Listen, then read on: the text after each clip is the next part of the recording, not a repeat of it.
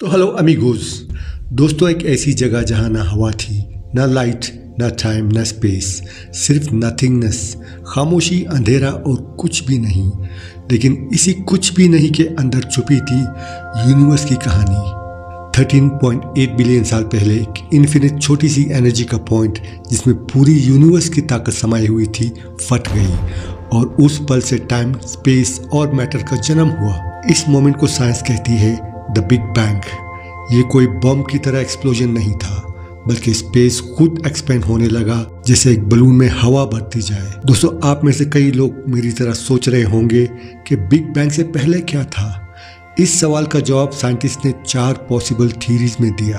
Quantum fluctuation theory कहता है शुरुआत में कुछ भी नहीं था, थी तो सिर्फ वैक्यूम यानी खाली स्पेस।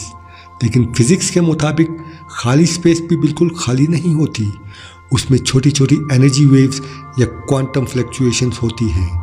हो सकता है इन्हीं में से एक फ्लक्चुएशन ने इतनी ज़्यादा एनर्जी क्रिएट कर दी कि टाइम और स्पेस खुद पैदा हो गए और यही बिग बैंग था। कुछ साइंटिस्ट द मल्टीवर्स थ्योरी में बिलीव करते हैं कि हमारी यूनिवर्स अकेली नहीं है, बहुत सारी यूनिवर्सेस एग्जिस्ट करती हैं, जैसे एक मल्टीवर्स। और बिग बैंग तब हुआ जब 2 यूनिवर्सेस या एनर्जी बबल्स एक दूसरे से टकराए। उस टकरार ने हमारी यूनिवर्स को जन्म दिया। द कॉस्मिक साइकिल थ्योरी कहती है कि यूनिवर्स का एक नेचुरल साइकिल होता है। पहले एक्सपेंशन होती है, फिर सब कुछ दोबारा एक जगह गिरता है जिसे बिग क्रंच कहते हैं, और फिर एक नया धमाका होता है यानी एक और बिग बैंग। यानी हमारी यूनिवर्स शायद कई दफ़ा पहले भी पैदा हो चुकी है और मिट चुकी है। ये एक इन्फिनाइट लूप हो सकता है। दोस्तों, चौथा है वी डोंट नो थियरी। कुछ कॉस्मोलॉजिस्ट सीधा कहते हैं बिग बैंग से पहले क्या था ये हम कभी नहीं जान सकते, क्योंकि टाइम और स्पेस खुद बिग बैंग के साथ ही स्टार्ट हुए। तो पहले क्या था का सवाल हो सकता है मीनिंगलेस हो, क्योंकि उस वक्त पहले जैसा कॉन्सेप्ट एग्जिस्ट ही नहीं करता था। अगर सिंपल वर्ड्स में समझे, बिग बैंग का मतलब है यूनिवर्स ने एक सिंगल पॉइंट से स्टार्ट किया, लेकिन उस पॉइंट का रीज़न उससे पहले क्या था ये अभी तक एक मिस्ट्री है। बिग बैंग के शुरू के कुछ मिनट्स में ये यूनिवर्स एक बॉइलिंग सूप जैसा था, जहाँ सिर्फ छोटे छोटे पार्टिकल्स घूम रहे थे, प्रोटॉन्स, न्यूट्रॉन्स और इलेक्ट्रॉन्स। थोड़ी देर बाद इन्होंने मिलकर बनाए हाइड्रोजन और हीलियम, जो आज भी हर तारे का फ्यूल है। फिर जैसे जैसे यूनिवर्स ठंडा होने लगा, पहली बार रोशनी ने अंधेरे को तोड़ दिया और चमक उठी पहली रोशनी, जो बन गई यूनिवर्स की सुबह, द फर्स्ट कॉस्मिक डॉन। हजारों साल बीत गए, यूनिवर्स एक्सपैंड होता गया। अब ग्रेविटी जो हर चीज़ को खींचती है अपना जादू चलाने लगा। गैस और डस्ट के बड़े क्लाउड्स एक दूसरे की तरफ खींचने लगे, उनके अंदर नए तारे जलने लगे और ऐसे बने पहले गैलेक्सीज, जैसे रोशनी के जजीरे अंधेरों के समंदर में। उन्हीं गैलेक्सीज में एक थी हमारी मिल्की वे गैलेक्सी, जो करीब 13.6 बिलियन साल पहले बनी थी। और उसके स्पाइरल आर्म्स में एक दिन कुछ अलग होने लगा, एक छोटी सी सिस्टम की क्रिएशन जो एक दिन जिंदगी को जन्म देगी, हमारा सोलर सिस्टम।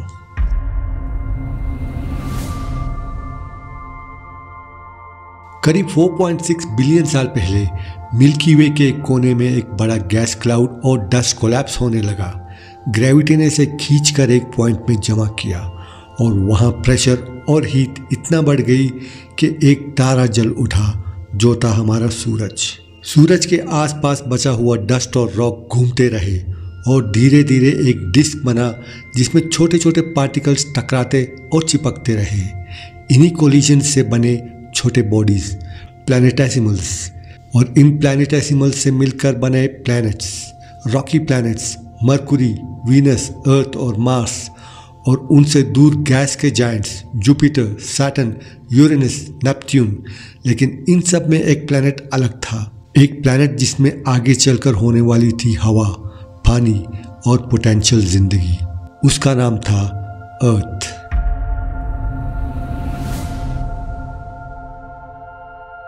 स्टार्टिंग में अर्थ एक फायरबॉल थी, पूरी तरह मोल्टन रॉक, जहां हर वक्त एस्ट्रॉइड्स टकराते रहे और वोल्केनोज फट रहे थे। ये प्रोसेस, जिसे एक्रीशन कहते हैं, एक स्लो कंस्ट्रक्शन प्रोसेस जैसा था। डस्ट से स्टोन और स्टोन से प्लैनेट, हैवी मेटल जैसे आयरन और निकल अंदर की ओर चले गए और बन गए अर्थ का कोर, और लाइट मटेरियल्स ऊपर आ गए मेंटल और क्रस्ट बनते हुए। इसी प्रोसेस से अर्थ के अंदर एक मैग्नेटिक फील्ड बना जो आज भी हमें डेंजरस सोलर रेडिएशन से बचाता है। उस वक्त अर्थ एक हेल प्लैनेट थी, आसमान में पॉइजनस गैसेस थी, सरफेस पर लावा फैला हुआ था, लेकिन कुछ मैजिकल भी हो रहा था। एस्ट्रॉइड्स पानी और कार्बन कंपाउंड्स लेकर आ रहे थे जो ओशंस और लाइफ के पहले इंग्रेडिएंट्स बने।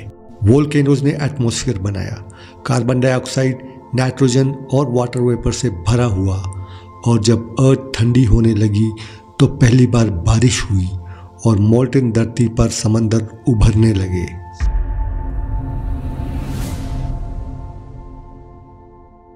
लेकिन अर्थ का जर्नी अभी वायलेंट था। करीब 4.5 बिलियन साल पहले एक मार्स साइज प्लैनेट थिया अर्थ से टकरा गया। इम्पैक्ट इतना ज़बरदस्त था कि अर्थ का कुछ हिस्सा टूटकर स्पेस में चला गया। वो डिब्री एक रिंग में घूमता रहा और धीरे धीरे मिलकर बना चांद। ये एक्सीडेंट एक ब्लेसिंग निकला। चांद ने प्लैनेट अर्थ के रोटेशन को स्टेबल बनाया, टाइड्स बनाए और दिन रात का परफेक्ट रिदम सेट किया। अगर ये कोलिशन ना होती तो शायद हमारा प्लैनेट कभी बैलेंस में नहीं आता और जिंदगी भी नहीं होती।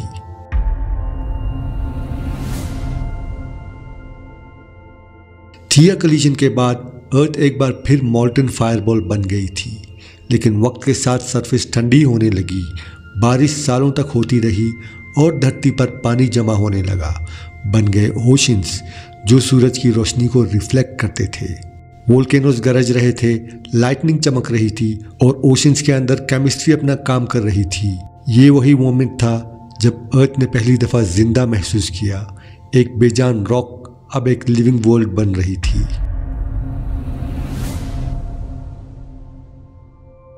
उस वक्त का अर्थ कोई पैराडाइज नहीं था। आसमान में जहरीले गैसेस छाए हुए थे। एटमॉस्फेयर में था मीथेन, अमोनिया और कार्बन डाइऑक्साइड का घना धुआं। सरफेस अभी भी गर्म थी, कभी कभी आसमान में मीटियोर्स गिरते और समंदर अभी नए नए बने थे।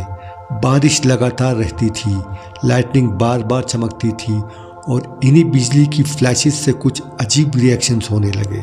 ओशंस के अंदर कार्बन और हाइड्रोजन के छोटे छोटे मॉलिक्यूल्स आपस में टकराते रहे। ये रिएक्शन सिंपल नहीं थे। इन्हीं टकराव में कुछ मॉलिक्यूल्स एक दूसरे से जुड़कर कॉम्प्लेक्स कंपाउंड्स बनने लगे।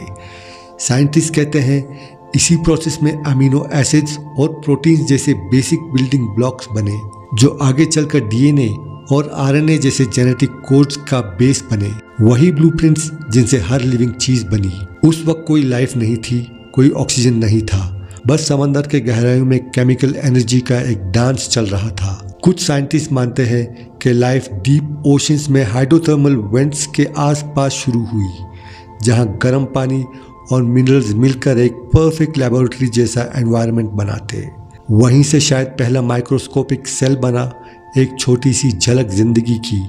साइंस आज भी श्योर नहीं है कि लाइफ कब और कैसे शुरू हुई, लेकिन एक बात पक्की है, हम सबका ओरिजिन इसी साइलेंट मिरेकल में छुपी है। ये वो वक्त था जब धरती जिंदा होने का इंतजार में थी।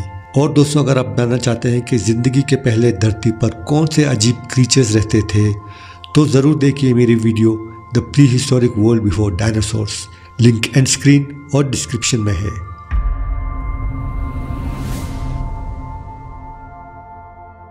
आज अर्थ एक सिंपल सी स्टार के आसपास घूमती है, लेकिन हमारे मिल्की वे में ऐसे 200 बिलियन स्टार्स हैं और पूरी यूनिवर्स में लगभग 2 ट्रिलियन गैलेक्सीज।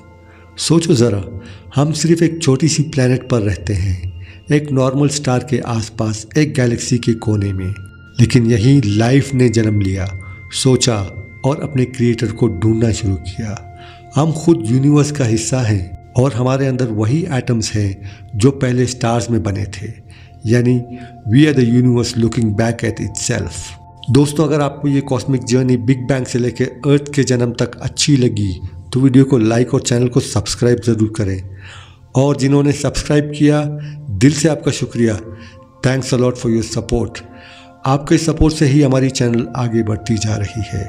नए व्यूवर्स के लिए welcome to our family of dreamers, explorers और थिंकर्स। दोस्तों, मिलते हैं वेरी सून एक नई वीडियो में। तब तक अपना और अपनों का ख्याल रखना।